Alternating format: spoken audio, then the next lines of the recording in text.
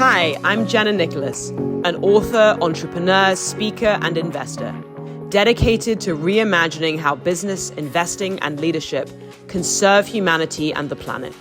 So we think of power as being in the hands of investors and those that have financial resources, but actually realizing that there's deep power and wisdom within many of these communities that we're engaging in that are often overlooked. I think what's really exciting about social entrepreneurship is previously in the world, in many ways, the idea of giving back to society was seen as like another side of the spectrum to pursuing business. And I think what's exciting about social entrepreneurship is in many ways kind of brings together two disparate worlds.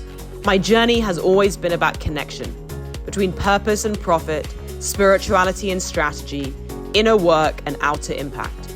We are faced right now with a fork in the road, a turning point, and a choice to make. What will we choose?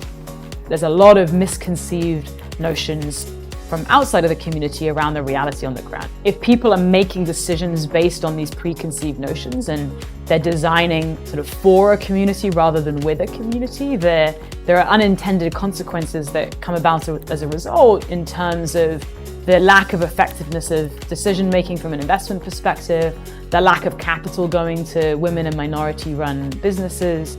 Unless we have these broad stakeholder approaches, then we're not going to be able to kind of address these broader macro issues. I'm the author of Enlightened Bottom Line, a book that explores what happens when business leaders operate from a place of consciousness and compassion, where financial success and human flourishing reinforce one another. How does change happen? How do movements start?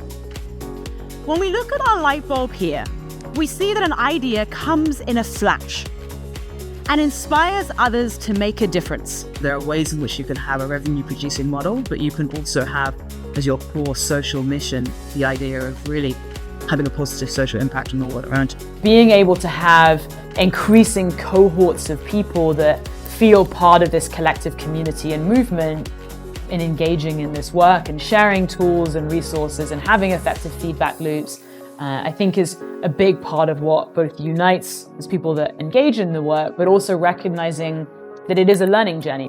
When we look back at history, we see that great shifts take place when a fork in the road occurs. People cannot stand a situation any longer and a need for change arises. We're not going to be able to solve these issues overnight, and we are going to make mistakes in that process, but feeling as though people aren't alone in trying to navigate this broad array of work is a big part of our goal. Because at the end of the day, the enlightened bottom line isn't just about companies or capital. It's about all of us, showing up with purpose, presence, and possibility. Yes!